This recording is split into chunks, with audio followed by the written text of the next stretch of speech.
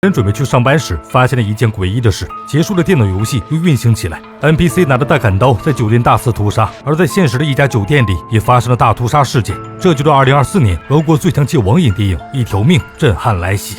伊戈尔是个游戏的狂热爱好者，在他生日当天，海报上的游戏人物双眼竟然发射出一道红光。起初，伊戈尔并没有在意，女友拿出了精心准备的礼物，竟然是一把猎枪。伊戈尔非常满意，顺手将一颗子弹揣进兜里。一心只讲游戏的他，对于女友的态度却非常敷衍。所有的人准备用不太新鲜的面包和牛奶当做早餐，女友趁机想要敲打伊戈尔，劝他不要整日沉迷游戏。伊戈尔刚想反驳，却被门铃声打断。他打开门后，迎来了游戏公司最近研发的游戏，挣着他借朋友的钱才抢到了体验服。正版游戏还未发售，这对于一个游戏迷而言，简直是致命诱惑。伊戈尔连忙准备打开电脑试玩，因此彻底忽略了女友的感受，居然对他准备好的早饭也没有说一句感谢的话。此时伊戈尔只觉得女友斤斤计较，影响到自己的游戏体验，女友彻底被气到了，他直接离开了家中。然而不一会儿，奇怪的事情发生了，伊戈尔有事准备出门一趟，本来关闭的电脑竟然再次重启了游戏。伊戈尔换好衣服后，他察觉到穿着黄裤子的 NPC 自动在一家酒店内直接展开了大屠杀。伊戈尔对于游戏自动启动一事感到非常的疑惑，接着朋友打了电话，告诉他一家酒店门口发生了大屠杀事件，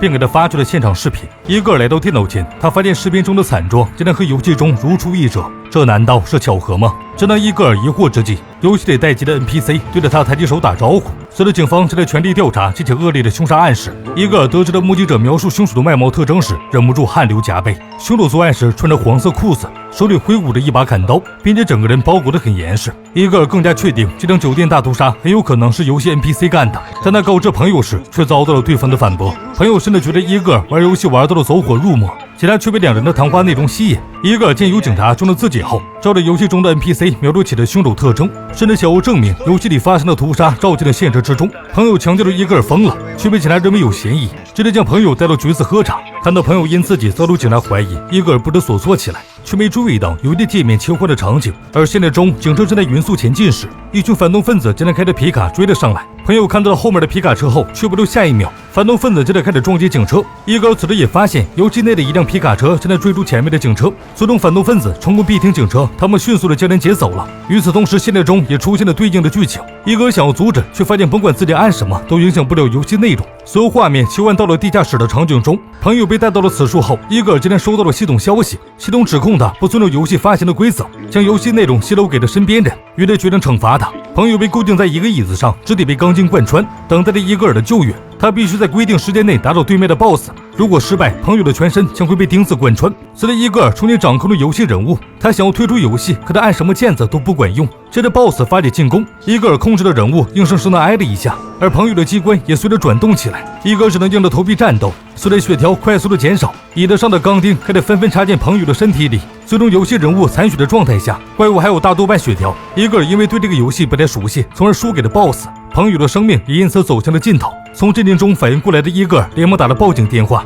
当他将游戏中发生的事情联想到现实中时，却被警察当成了疯子，甚至怀疑报假警。无奈之下，伊戈尔挂断电话。这时游戏界面切换到了宴会上，伊戈尔立刻想到父母正在为3日周年设宴庆祝。伊戈尔吓坏了，连忙给父亲打电话，想要提醒他接下来会发生流血事件。可尽管如此，父亲也不相信这个不靠谱的儿子，他不愿打断这个庆祝的宴会。然而在父亲出门时， NPC 竟然找上了他。那辆曾经劫走朋友的皮卡车也在赶来的途中。眼看着危险来临，伊戈尔也清楚没有警察相信自己的话，于是他准备前往宴会时，却发现自己被反锁在家中。伊戈尔照认命的打电话求助通讯列表，最终大家都认为他疯了。在这期间，游戏中的人物开始自己行动，皮卡车也来到了父母庆祝的饭店。随着游戏中的倒计时结束，伊戈尔只能眼睁睁地看着父母被游戏人物绑架到了曾经关押朋友的地下室。这次游戏人物竟然将伊戈尔的父母状况实时播放给了他，还趁机谴责了伊戈尔是一个社会败类，从来不顾及朋友的感受，甚至以自己上学为由哄骗父母给生活费。实际上，伊戈尔已经辍学在家，挥霍了自己的学费。游戏人物准备给伊戈尔一次机会，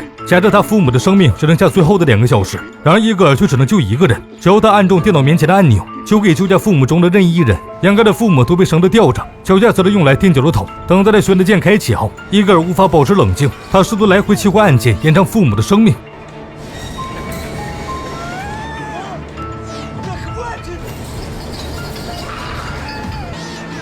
突然，伊戈尔心态崩了，他彻底放弃了救援动作。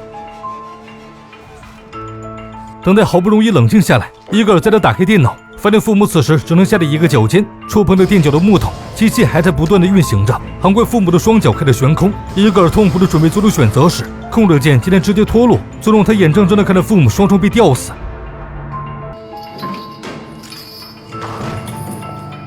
本来伊格尔是有机会救这一个的，这让他懊恼不已时，游戏人物竟然盯上了伊格尔的女友。随着伊格尔发现电脑游戏中开始实时播放女友的一举一动，游戏人物也在附近，伊格尔连忙给女友打电话，催促他离开公司。女友只觉得伊格尔玩游戏玩出了被害妄想症了，但还是听从他的话下了楼。伊格尔却发现门口已经有人蹲守，就连出租车司机都是游戏人物。见到女友坐上门口的出租车，他连忙让女友下车，女友只觉得很无语。伊格尔也不废话，直接跑上了天台，以性命逼迫了女友下车。女友见状，只能听从了伊格尔的话。女友一下车，出租车司机竟然也跟了过来。女友也彻底相信了伊格尔的话，即便穿着恨天高，也在大街上狂奔起来。女友快速的跑到了男友家的楼下，伊格尔见状，激动的差点滑落。好在他抓住了一组水管，竟然到了女友前来救援。伊格尔被救下后，便和女友躲进了家中。门铃突然响起，伊格尔警惕地看见门外，发现是保安听闻伊格尔遭遇的恐怖事件，便准备前来查看。然而当伊格尔放动警惕地打开门后，却被闯进来的几个壮汉制住。伊格尔被控制后，只能眼睁睁地看着女友被绑在了餐桌上。随着这些劫匪将电脑给了伊格尔，